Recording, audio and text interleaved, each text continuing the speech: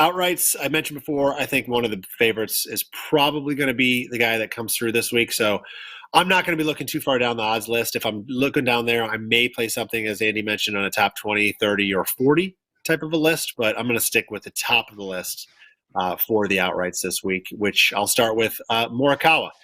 Right now, he's at 16-1. He has just one start at Sawgrass, tied for 41st last year. But as I mentioned before, I don't think course history matters too much here, although he did shoot a 66 on Sunday. So perhaps just a couple days of figuring it out could do him in and have some good confidence coming in this week.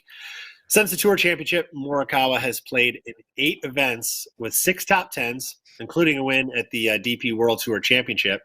He roared up the leaderboard on the weekend in his last start, too, finishing tied for second at the Genesis. So playing well. His ball striking, as good as it gets on tour. He ranks number 8 strokes gained off the tee, number 4 approach, plus number 4 in putting, which puts him as the number 1 player in total strokes gained so far this season. First in scoring average, second in greens and regulation, 12th in driving accuracy, yet he hasn't won on the PGA Tour yet this calendar year, so I feel like people really aren't thinking about him. But obviously, at 16-1, it's not like he's completely forgotten about. But I think as to start the outrights, I think you got to look at Morikawa just for how consistent he's been. And listen, ball striking is going to be important this week, purely because when you have wind, if you're just a little off, that wind can really exasperate things. So I like Morikawa this week